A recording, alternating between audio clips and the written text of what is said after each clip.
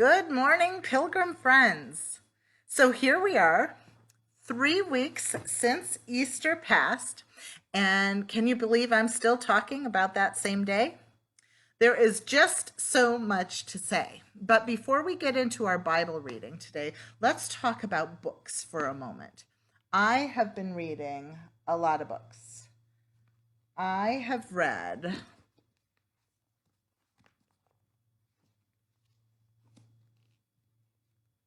historical fictions. Ooh, I'm reading fantasies. This is the one I'm reading right now. Finished this whole 8-book series while we've been home. And I've also read a bunch of mystery books in addition to, as some of you may know, I'm reading children's picture books almost every day on Facebook. I've also read a bunch of mystery novels. Mystery novels come in all shapes and sizes. And do you like mystery novels? Do you like mystery books? What types of things make for a good mystery story? I love when the author weaves clues throughout the story. Sometimes you can figure out the puzzle, and sometimes you can't. But even though you might know something is a clue, like maybe a footprint is found, or maybe some fabric of a shirt is left behind at the scene, even though you get those clues, all the clues don't always make sense, right? Until you get more and more clues. And once you get all those clues put together, when is it in the story that all the clues make sense? Right. Not until right at the end. So we like to try to solve the mystery by the clues we read. It's always fun to see if we are right, but at the end there is an aha moment, like, ta-da, I figured it out, when everything fits into place and it all makes sense. And do you know what another great book is? It has action and love and adventure and mystery. Well, it's the Bible, of course. Throughout the Bible, God gives us clues through the words of witnesses and prophets as to who he is and about his plan. And we need to study those clues so we can know more about the mystery of God. Now, to recap on what we're talking about with Easter, we've found an empty tomb. We've seen the neatly folded cloth. Angels have been seen, and Mary Magdalene even saw Jesus' resurrected self, and he told her to go tell the disciples, and she did. So now the word was spreading, and people were amazed and confused and talking about, what is this? What does this mean his body wasn't there? Mary says she saw him. And maybe they were still scared. People were scared, disciples were scared that others would want to hurt them the way that they had hurt Jesus. So today we're going to tag along with 2 followers of Jesus who were on the road walking from Jerusalem to Emmaus. And that's about a 7-mile walk, and it would have taken between 2 to 3 hours. So we're going to read from the Bible in Luke chapter 24, verses 13 through 33, the walk to Emmaus. That same day, 2 of Jesus' followers were walking to the village of Emmaus, 7 miles from Jerusalem. As they walked along, they were talking about everything that had happened. As they talked and discussed these things, Jesus himself suddenly came and began walking with them, but God kept them from realizing it was Jesus, from recognizing him. Jesus asked them, but they didn't know it was Jesus, remember. What are you discussing so intently as you walk along? They stopped short. Sadness spread across their faces. Then one of them, Cleopas, replied, "You must be the only person in Jerusalem who hasn't heard about all the things that have happened there the last few days." "What things?" asked Jesus. The things that happened to Jesus, the man from Nazareth, they said. He was a prophet who did powerful miracles, and he was a mighty teacher in the eyes of God and all the people.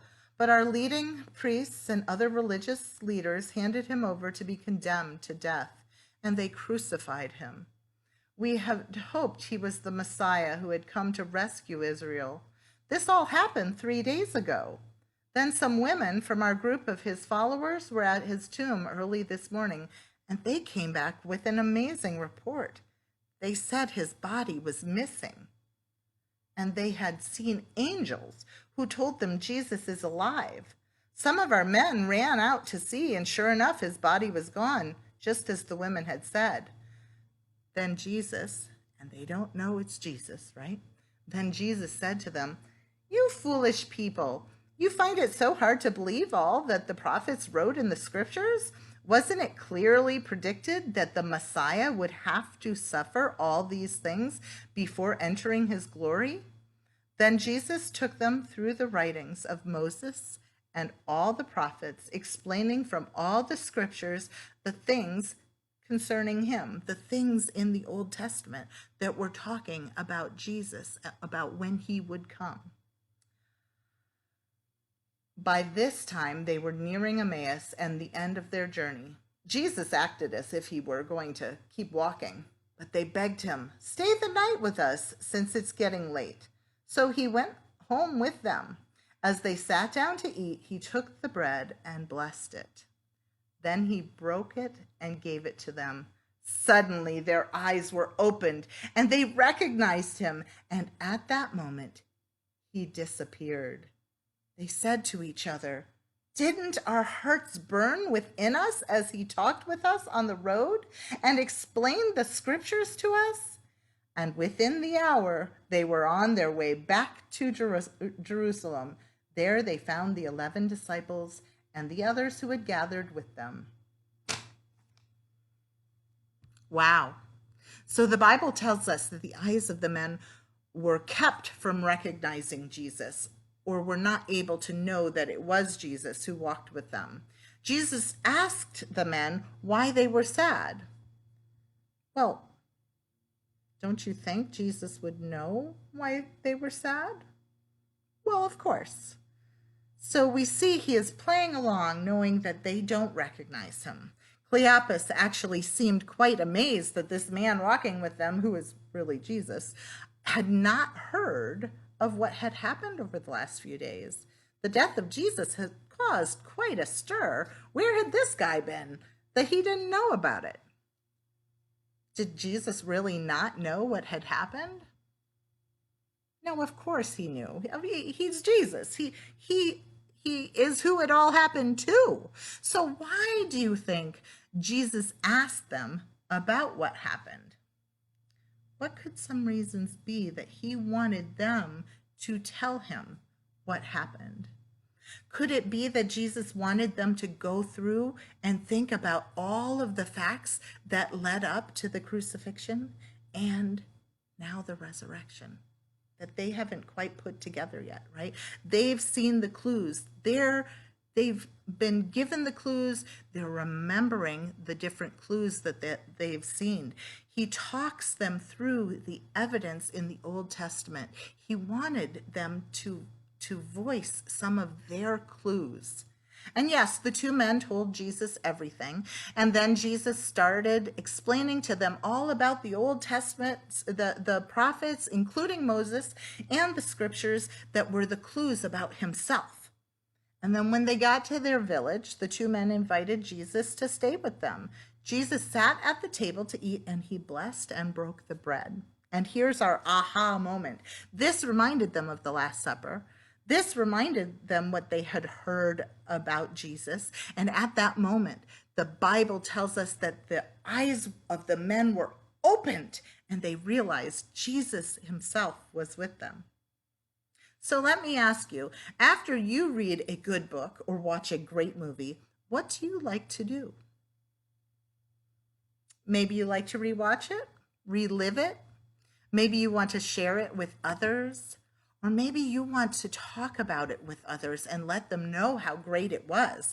And that's what the men did. They started talking to each other. Didn't our hearts burn inside when he was telling us about the scriptures? The clues were revealed. These two men knew and understood who was with them, and they headed right back to Jerusalem to tell the other disciples. God has given us the Bible. The Old Testament is filled with the clues about how God is going to bring humanity back to himself. In the New Testament, we learn how God chooses to save all mankind, and we also are given clues about Jesus coming back to earth, and that hasn't happened yet. When you read the Bible, sometimes it makes sense, and sometimes we need help understanding what we are reading. God wants everyone to know about him, but he only reveals them as a little bit at a time. So like clues, like a little mystery. That's kind of like when you take a hot bath, right? Here's a mirror. You can see my TV behind me in it, my game shelf, right? That's seeing clearly, right? But what happens when you take a hot bath? What happens to that mirror?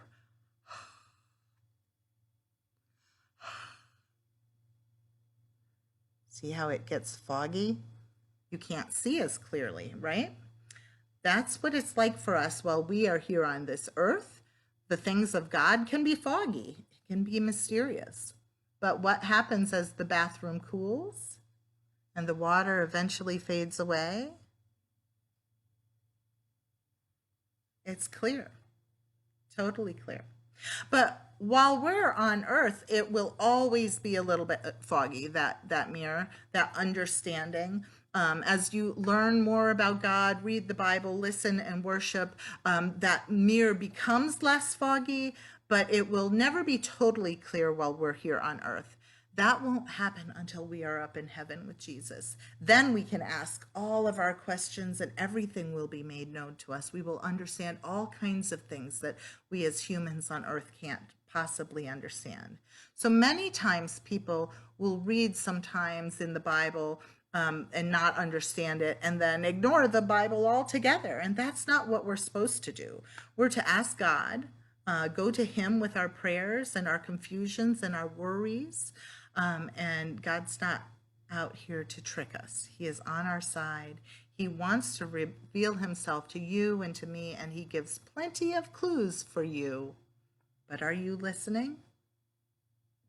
So that's all for this week, folks. In the comments below, I am going to post a link to a cute cartoon that retells the passage that we read today about Cleopas and the other disciple that were on the road to Emmaus.